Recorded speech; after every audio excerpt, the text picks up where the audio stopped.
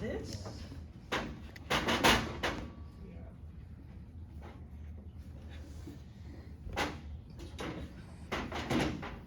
I'll think of this as the positive terminal. I'll think of this as a battery. So this is like a positive terminal that's going to connect to this. Okay? And then the other end of this string over here, like this end,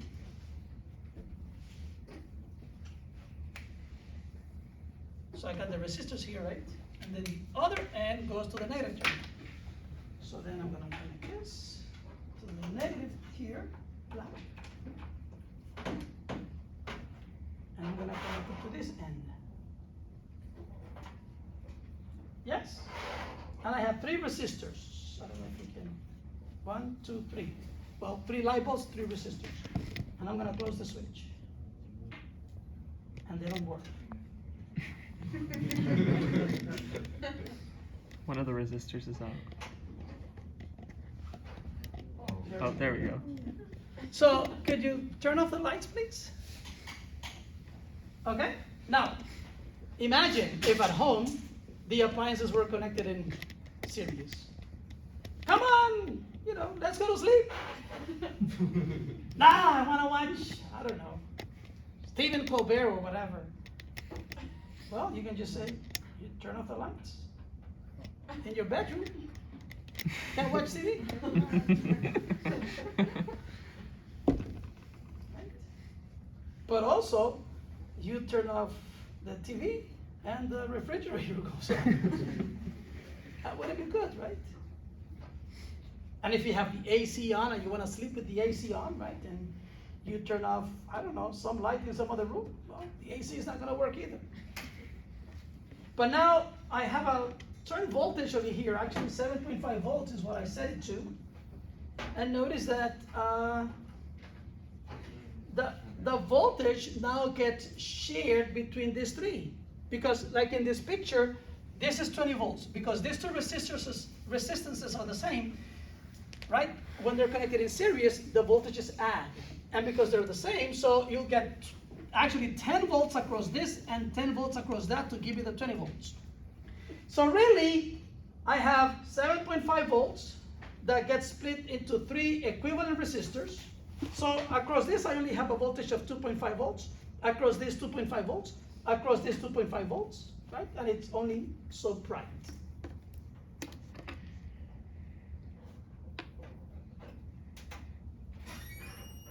Now, I will replace the same 3 light bulbs by 3 light bulbs connected in parallel. So I connected this in parallel, and I have a switch here. Same light bulbs. But now what's going to happen?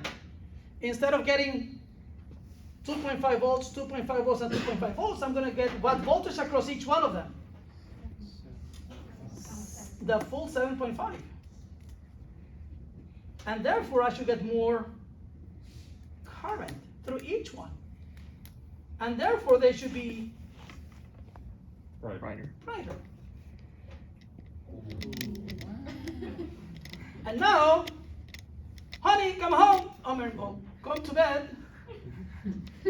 No, my program is not over yet. Turn off the TV. Just gotta unplug and the lamp in the bedroom. The refrigerator can still work at night. Flip the breaker. And if one of them goes out, you know which one to replace. With the other one, one of them burns out, and then you don't know which one to replace. You got to do some other test. This one you can really see. Same voltage, but now each one has the same voltage, right? Okay, we'll turn this off.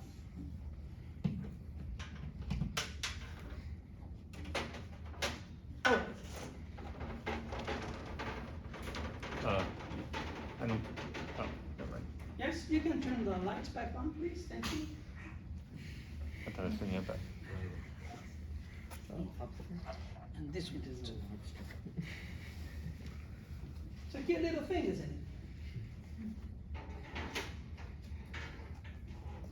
Fragile, but it works. Have I been with this thing on all the time? Mhm. No Yes. wonder I feel hot. This is actually more comfortable. So what happens when the power goes out in like the whole neighborhood? So what happens is that, so the electrical power plants where the electricity is generated, right? At some voltage, they use transformers to raise the voltage to 100,000 volts, 150,000 volts, and then that's delivered to the cities.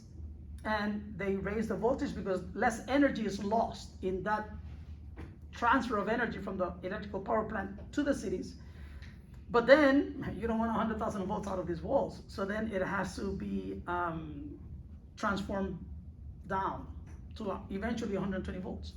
So you have transformers in the streets, and if one of them goes out, then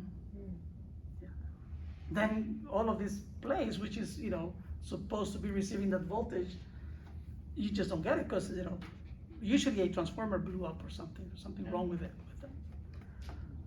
We are going to build a transformer in lab. It's really nice because you see the guts of it. It's just coils.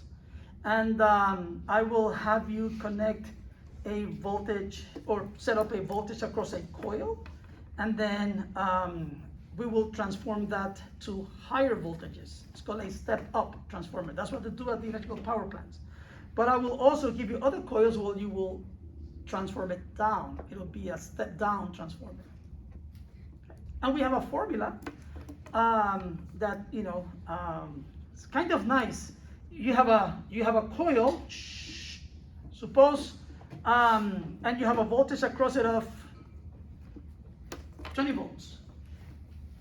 And if you want to step it up by a factor of 2, let's say you want 40 volts, you just get another coil and you put twice as many turns of wire as you did over here. And then you're gonna get 40 volts over here when you have 20 volts. If you want 100 volts, you wanna step up 20 volts to 100 volts, then you're gonna have, that's a factor of 5, right? Then you want this other coil to have 5 times the number of turns as this one, and that'll step it up. Now, there's, in the transformers that we have over here, they're just simple coils, and it's not the most expensive, most efficient. So maybe instead of stepping it up by a factor of 2, you'll see that it will step up by a factor of maybe 1.75, 1.8. Because it's not, so but you'll see the main idea of it. It's pretty nice. Although in order for that stepping up and stepping down to occur, you need this voltage to be flick, flick, flick, flick, flick, flick, flick, flick, flick, flick, flick. You gotta drive the electrons nuts. The electrons go up, down, up, down, up, down, up, down, up, down. And the changing current in the circuit will generate a voltage in the other coil that you have either more turns or less turns. But you do need an alternating voltage, one that alternates in polarity, so that the current in the circuit alternates in direction. It's called AC, alternating current. But anyway, that's chapter 29 or so.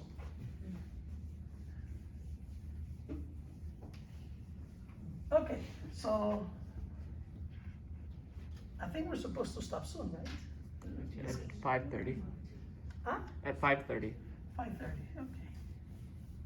Should we stop here?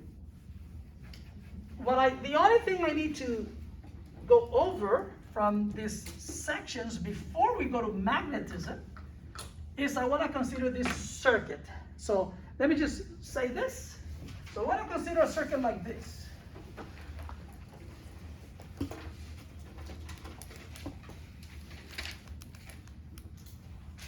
In fact, you can think of so this is a capacitor, and this is a resistor, and this is a voltage source.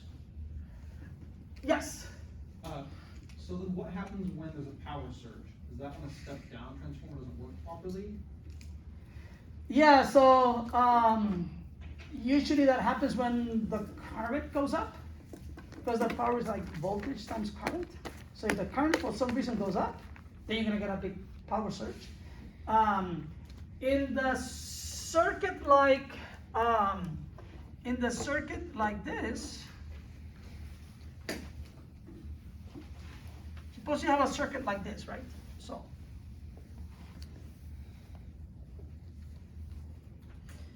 R, right? So for example, just to be more precise, let's say this is 1 ohm and 1 ohm, and this was 20 volts, right? So what was the current did we say that we were gonna get over here? 10 amps. They were 10 amps each, right? They're in series, so they gotta have the same current. The total resistance is 2 ohms. You add them up because they're in series. 1 plus 1 is 2. So the current will be the voltage, 20 volts divided by 2. So that's 10 amps. And you're gonna get 10 amps over here. Suppose, for whatever reason, maybe you hit this thing, you bang it, and you inadvertently make this connection. Or actually this connection. So that the circuit now becomes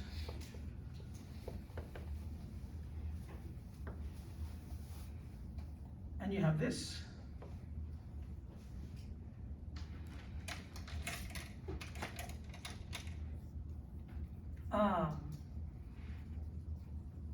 Connection.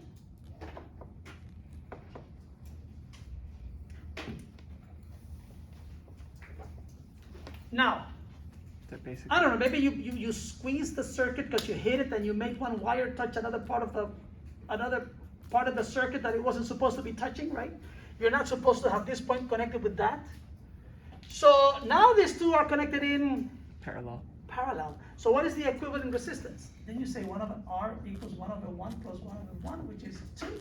So R equals 1/2 or 0.5 ohms. So the current will now be in the circuit, right? The current will now be, the voltage divided by the resistance, right?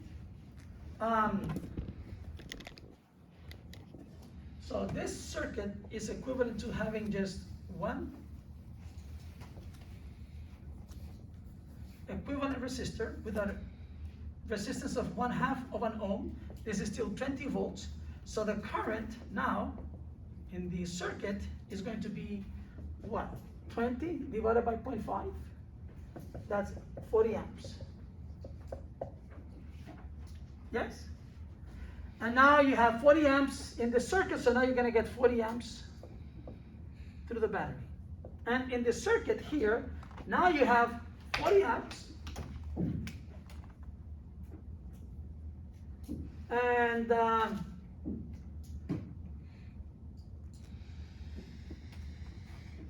it looks weird, right?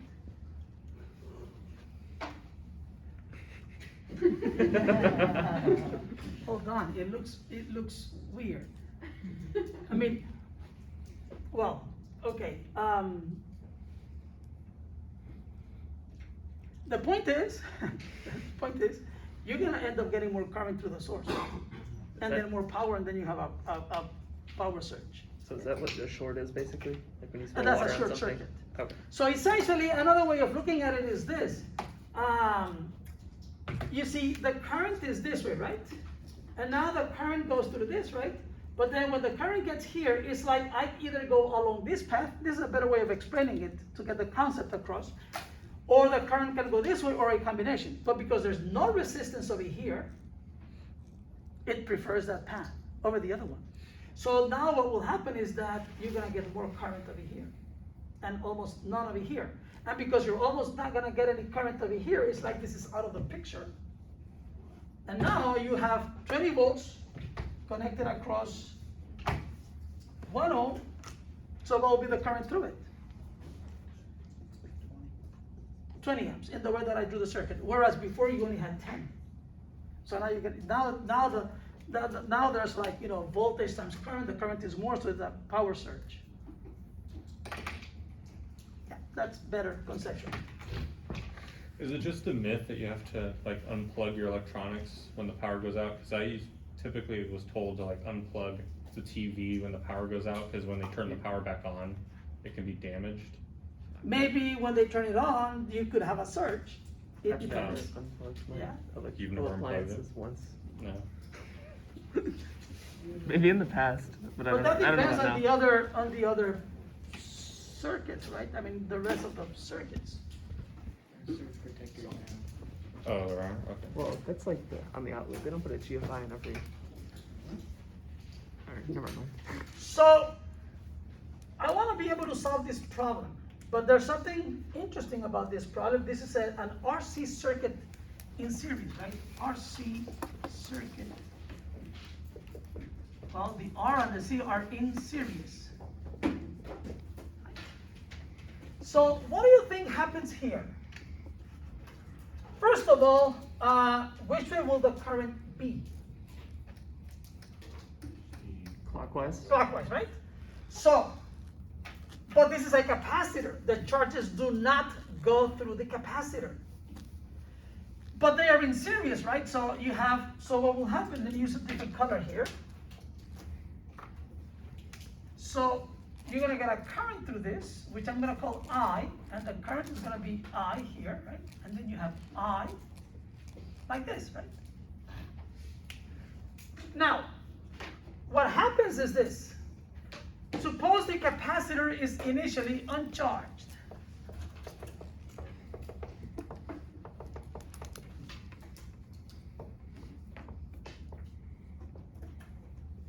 So the charge in this capacitor here is 0 on the, on that plate, and the charge is 0.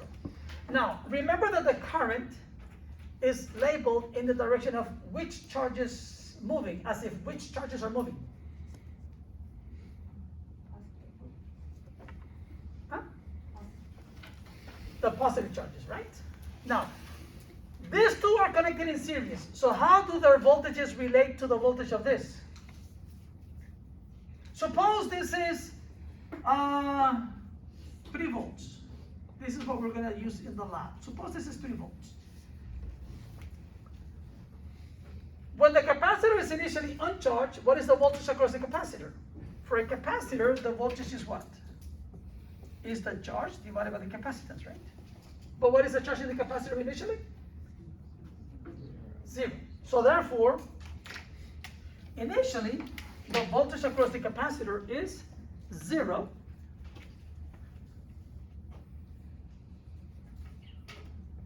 And therefore, at that instant, what will be the voltage across the resistor? 0? No. Oh wait, what? This plus this has to be this, Oh. because they're in series. So it'll be 3 volts. Now, as time goes on, you have positive charges accumulating on this plate. Think of the current as the direction that the positive charges move. So what will happen is that you begin to accumulate positive charge over here and negative charge over there. And now the current is not, the charge is not going to be 0 anymore. So when some charge builds up over here, now there's going to be a voltage. So let's say that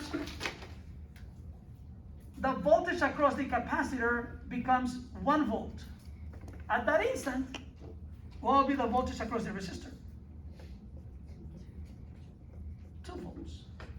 Because 1 plus 2 gives you the 3. This is kept at 3. As more charge builds up in the capacitor,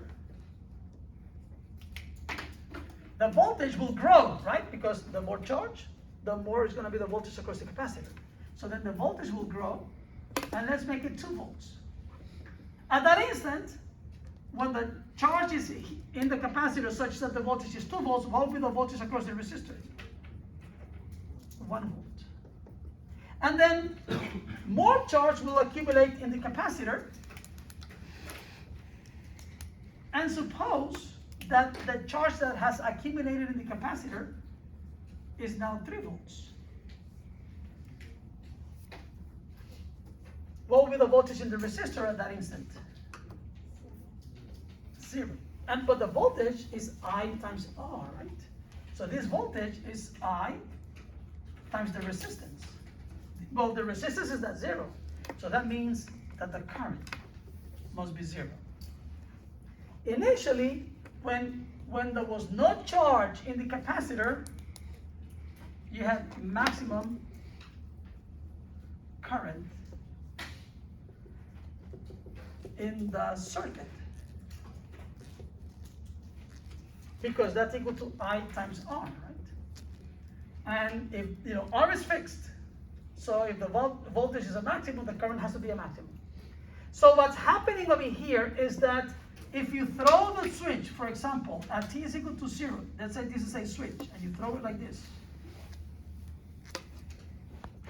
and the capacitor is initially uncharged, so that there was no charge in it, you're going to get a big current initially, but then as the capacitor charges and charges and charges and charges, the current is going to get smaller, smaller, smaller, smaller, and eventually the current is going to go to 0. Another way of looking at it is this. What happens as the positive charges accumulate over here?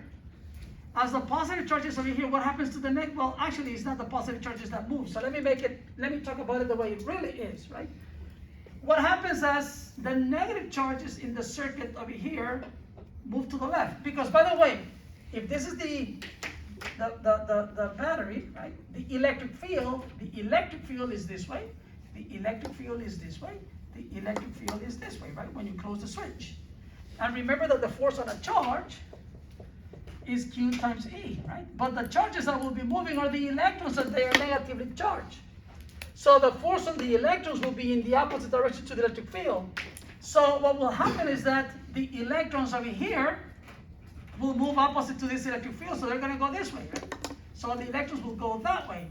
The electrons over here will go this way, right? And as those electrons leave this plate, what's going to be left over on that plate are the positive charges. But those electrons go around, and then they get to that plate, and so that's how the capacitor gets charged, with negative charge on this plate, but positive charge on this plate. Negative charge because you have electrons arriving on that plate, and positively charged on this side because electrons are leaving that side, leaving a surplus of positive charges. But as more and more charges accumulate on this plate, more and more electrons, it's more difficult for the other electrons to make it there, because those other electrons then get repelled by this.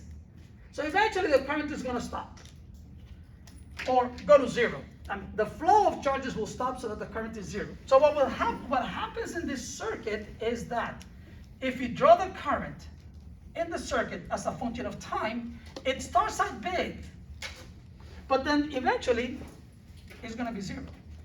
So how does the current behave with time? What is the functional dependence of the current with time? Does it go like this? Does it go straight? Does it go like this? So how does the current behave with time? And that's what we want to do. It turns out that it's an exponentially decreasing function of time. So it's going to go like this, where this is the initial current. And that will be when all that voltage appears across the resistor. But how do you do this, right? So I'm just going to tell you I'm just going to write down something, and then we'll do the details next time, right? So apply a loop. Suppose I start here. Which way would you like me to go? Clockwise or counterclockwise? Clockwise. So I'm going to go this way. That's me. So I'm going to go clockwise like this. Okay. So I go up. What should I write down? Plus or minus E? Plus E, right? Now, when I go across the capacitor, when the charge over here is Q, plus Q and minus Q, I go from plus to minus through the capacitor. So I drop in potential. So it'll be minus.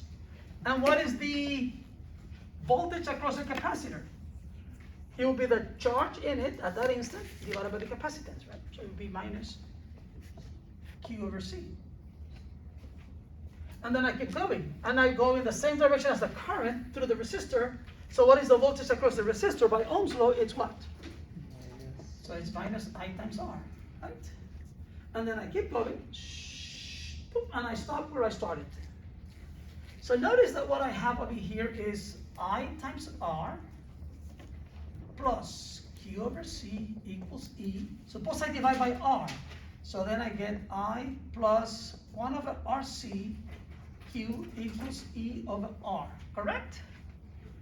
But wait a minute, the charge is changing as time goes on. And the current is changing as time goes on. But is there a relationship between the current and the charge?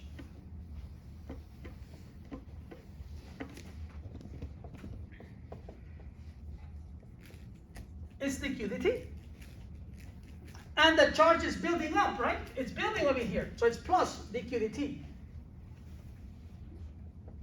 So therefore, I take that and I plug it in here, and I get dQ dt plus 1 over RC Q equals E over R. So I have to now solve this equation for the charge. Once I know the charge as a function of time, I can differentiate it with respect to time, and I'll know the current as a function of time. Now, and what was the initial condition here? That the capacitor was initially uncharged. So you say that with the condition that Q equals 0 at T equals 0. Now, I'm solving for Q, for this function Q, but notice that I also have a derivative of that function with respect to time. So this is called a differential equation. And because it involves only one derivative, it's called a first order differential equation.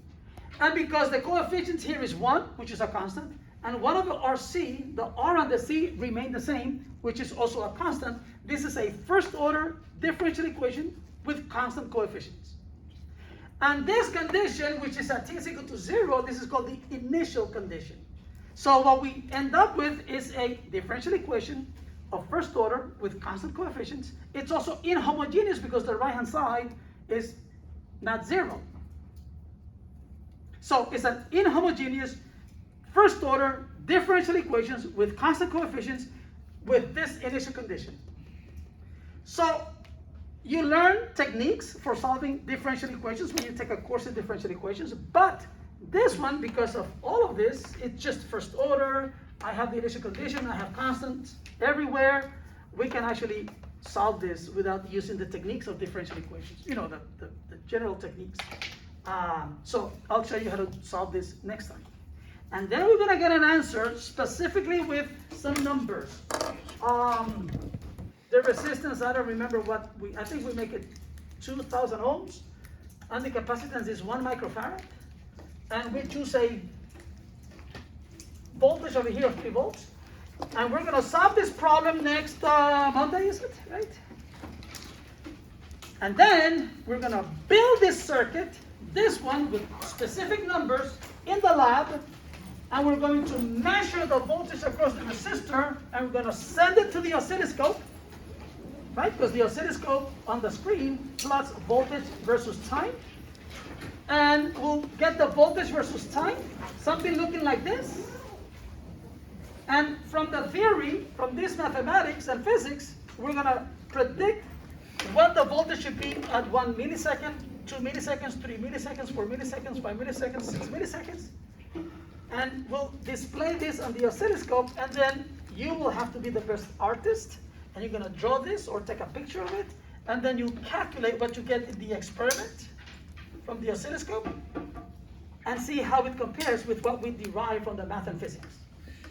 And you'll see that it's pretty cool. You get like very good results. You'll see, okay? And then, so that'll be, I'll do that on Monday.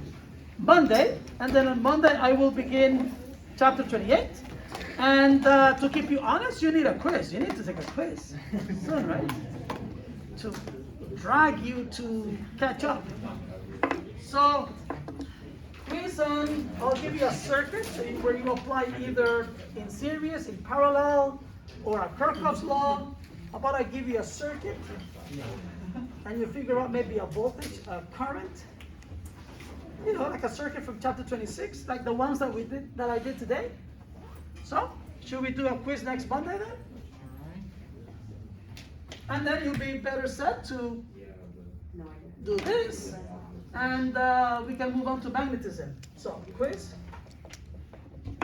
next Monday on chapter 26, really. That's really what it is. Yeah, a simple circuit. Like the one that I started with today, that one had a lot of resistors which you can combine, but you know, something where you won't really need 2 equations, 3 unknowns, or something like that, you know, just so that you learn how to solve the problems. Okay? All right, hasta la vista.